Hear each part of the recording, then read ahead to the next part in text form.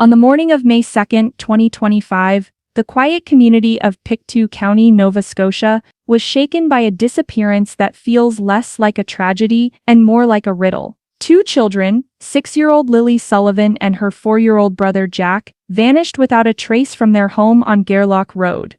No witnesses, no clear signs of where they went, just an open sliding door and silence. From the very beginning, the case has been tangled in contradictions, shifting timelines and unanswered questions. Some say the children simply wandered off. Others believe something darker happened that night. The RCMP insists all scenarios are still on the table, but the longer this mystery drags on, the louder the voices grow, accusing, speculating, demanding answers. Tonight we pull apart every layer. What the RCMP has officially confirmed, what the media has reported, and sometimes exaggerated, what social media sleuths claim the police might not be telling us. By the end of this breakdown, you'll see the pieces lined up. What's fact, what's speculation, who's credible, who's questionable, and what critical truths may still be hidden in the shadows. This isn't just a missing persons case. It's becoming one of the most puzzling, controversial, and emotionally charged investigations in Canada's recent history. Before we dive in, make sure you hit subscribe and turn on the bell so you don't miss the next update in this unfolding investigation. What do you think? Was this a tragic accident, or is there more going on behind the scenes? Drop your thoughts in the comments. I read every single one. This case is far from over and the truth is still hidden. If you want to stay on top of every twist and turn, like this video, share it, and subscribe to join this community of truth seekers. Together, we'll keep the spotlight on Lilly and Jack until answers come. Now let's strip this case down to the facts. The information confirmed and released directly by the RCMP. The timeline begins on May 1, 2025. That day, Lilly and Jack Sullivan were last seen in public with members of their family. Just 24 hours later, on the morning of May 2, the alarm was raised. Both children were reported missing from their home on Gearlock Road. From the very start, the RCMP has leaned toward a specific possibility that the children may have simply wandered away from the property. According to their official statements, there is still no firm evidence of abduction. But importantly, investigators stress that all scenarios remain on the table. The scale of the search effort has been enormous. At least 11 specialized RCMP units have been called in, including major crime investigators, the Digital Forensics Unit, and even the Underwater Recovery Team. Hundreds of hours of surveillance video have been collected and analyzed. Investigators have tracked down 488 tips, conducted more than 54 interviews, and even administered polygraph tests in hopes of breaking through the fog of this case. The search itself has been exhaustive. Crews combed through the Sullivan property and every surrounding area imaginable: thick woods, barns, outbuildings, nearby wells, abandoned mine shafts, and culverts. They searched the water, the land, and the spaces in between. RCMP even obtained legal authorizations to seize and search digital devices and personal materials that might hold clues. Despite this massive operation, the children remain missing, and so, the RCMP has turned back to the public. Officers continue to appeal for any video footage, tips, or eyewitness accounts from the community. Anything, no matter how small, that could break this case wide open. But here's the chilling reality. For all the manpower, technology, and resources poured into this search, there are still no clear answers. No confirmed sightings, no physical evidence pointing to what really happened. And that's where the mystery deepens. If the RCMP has been careful and cautious in their wording, the media and the public have been anything but. Some outlets have gone so far as to report that investigators quietly believe it's now unlikely the children are still alive, pointing to the harsh realities of time, weather, and exposure in the rural woods of Nova Scotia. The longer Lilly and Jack remain missing, the darker the outlook becomes. But within the community, there's a much sharper narrative taking shape. The children's stepfather, Daniel Martel, has been outspoken from the very beginning. He does not believe this was a simple case of two children wandering off into the woods. In his eyes, Lilly and Jack were kidnapped, and the search for them should be treated as an abduction case. Beyond the headlines, the speculation machine of social media has gone into overdrive. Thousands of posts, theories, and so-called investigations have flooded platforms like Facebook, Reddit, and TikTok. and much of it centers around three recurring themes. First, the timeline. People online are questioning exactly when the children were last seen. Officially, May 1st is the last confirmed sighting. But some locals and posters argue there are inconsistencies about when the children stopped attending school and when they were last spotted outside the home. Those gaps, real or perceived, are fueling suspicion. Second, the family's behavior. In particular, Lilly and Jack's mother has been at the center of online debate. Reports claim she left the immediate area soon after the disappearance, cutting off contact with some relatives. On social media, she even blocked the stepfather, a move many saw as suspicious, though others argue it was simply personal conflict under unbearable stress. There are also conflicting accounts about who was in which part of the house on the night the children went missing, and whether certain details, like the use of the sliding door, line up consistently in different retellings. Third, the evidence or the lack of it.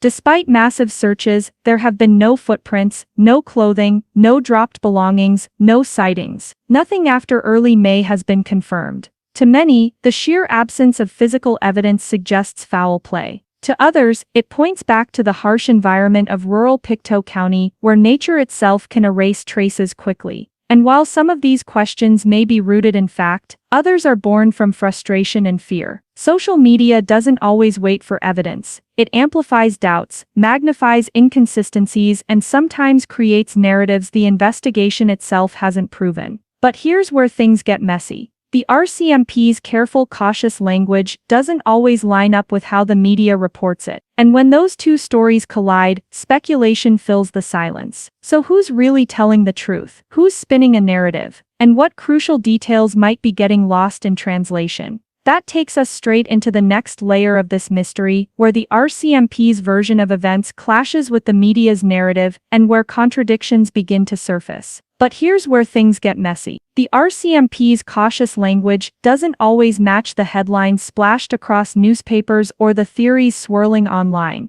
And in that gap between what's official and what's reported, truth and speculation collide. The RCMP has stuck firmly to its line, no firm evidence of abduction. They emphasize that all scenarios remain open, and that until there's proof, no single explanation can be ruled out. Their messaging is careful, deliberate, almost clinical, but the media often tells a different story. Headlines highlight the stepfather's conviction that the children were kidnapped. Others frame the investigation as stalled, raising questions about whether the RCMP is downplaying key leads. In some reports, subtle wording changes, like shifting from unlikely to believed dead, turn cautious updates into grim declarations. This divergence becomes even sharper when we examine the details. For instance, the mother's statements. At one point she suggested the children had been homesick around the time they vanished, but surveillance shows them out in public on May 1st. That small inconsistency exploded online, with some accusing her of hiding the truth, while others point out that in times of trauma, memory isn't always reliable. The sliding door. Some accounts say it was the likely escape route. Others argue it makes no sense, since it's notoriously loud when opened. Was it really used that night, or is this another assumption turned fact through repetition? Family dynamics. Reports note the mother left the area and cut off communication with the stepfather. To some, that's proof of tension or guilt. To others, it's simply a coping mechanism in a nightmare scenario.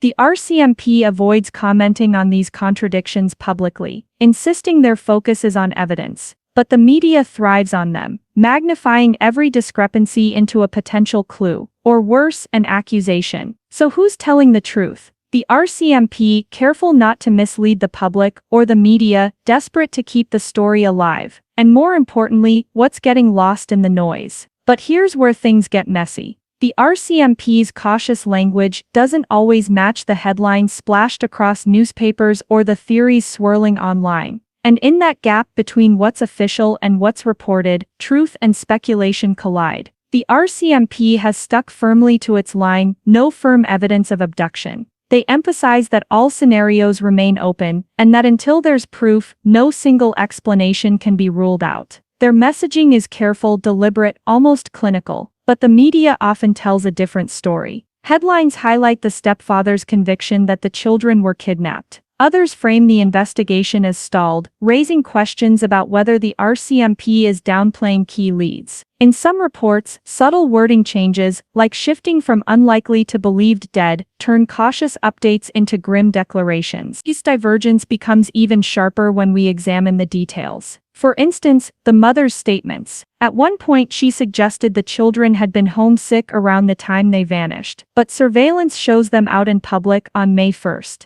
That small inconsistency exploded online, with some accusing her of hiding the truth, while others point out that in times of trauma, memory isn't always reliable. The sliding door. Some accounts say it was the likely escape route. Others argue it makes no sense, since it's notoriously loud when opened. Was it really used that night, or is this another assumption turned fact through repetition? Family dynamics. Reports note the mother left the area and cut off communication with the stepfather. To some, that's proof of tension or guilt. To others, it's simply a coping mechanism in a nightmare scenario. The RCMP avoids commenting on these contradictions publicly, insisting their focus is on evidence. But the media thrives on them, magnifying every discrepancy into a potential clue, or worse, an accusation. So who's telling the truth? The RCMP, careful not to mislead the public, or the media, desperate to keep the story alive? And here's the haunting question: do these inconsistencies point to deception, or are they simply the natural cracks in a family shattered by trauma?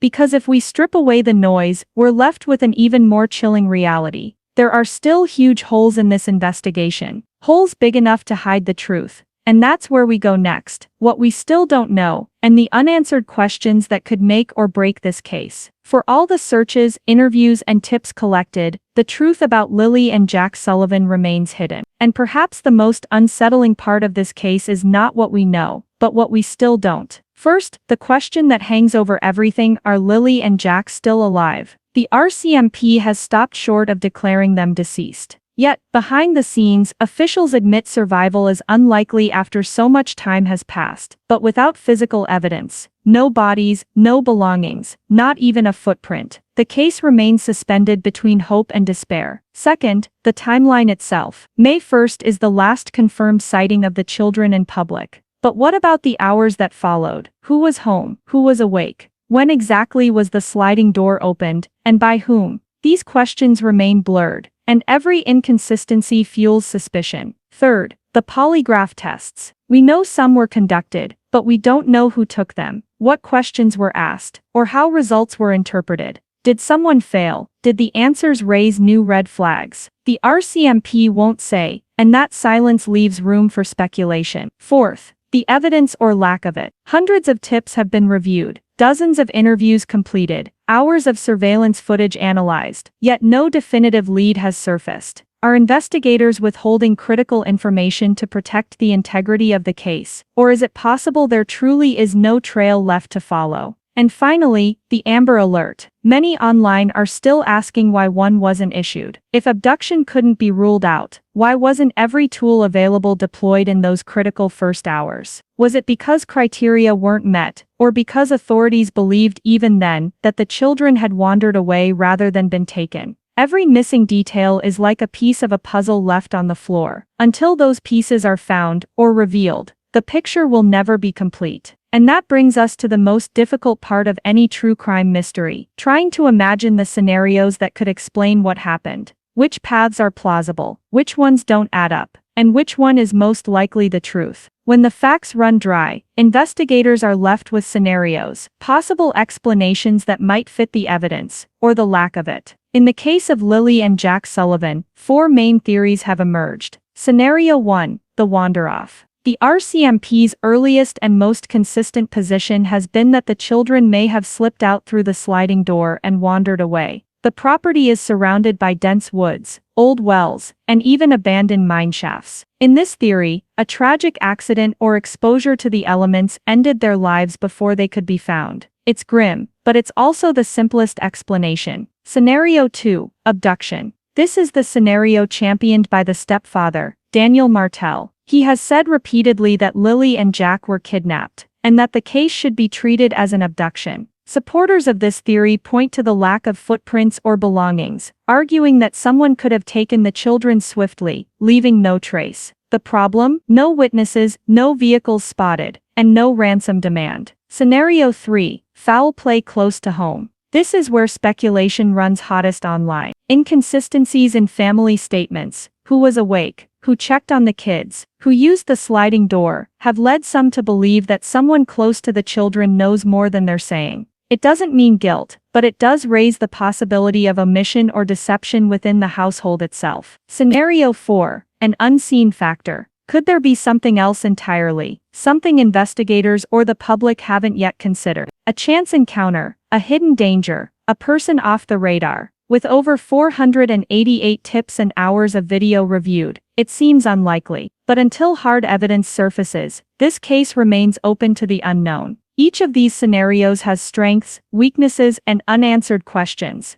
The truth may lie in one of them, or in a combination none of us have yet pieced together. And that leaves us with one final haunting thought. In a case like this, time is not neutral. With each day that passes, evidence fades, memories blur, and the line between fact and speculation grows thinner. 2 children, a quiet rural home, a timeline full of gaps, and a community still searching for answers. The disappearance of Lilly and Jack Sullivan is more than a case file. It's a mystery that cuts to the heart of trust, truth, and the fragile line between safety and tragedy. So what do you think? Was this a tragic accident, a carefully planned abduction, or is someone close to the case hiding the truth? I want to hear your thoughts. Drop your theories in the comments below, because sometimes the smallest observation can spark the biggest breakthrough. And if you want to follow every update in the Sullivan case, and other true crime stories, the media won't let fade away, make sure to like this video, subscribe to the channel and turn on notification, because this story isn't over. And until the truth is found, we'll keep asking the hard questions.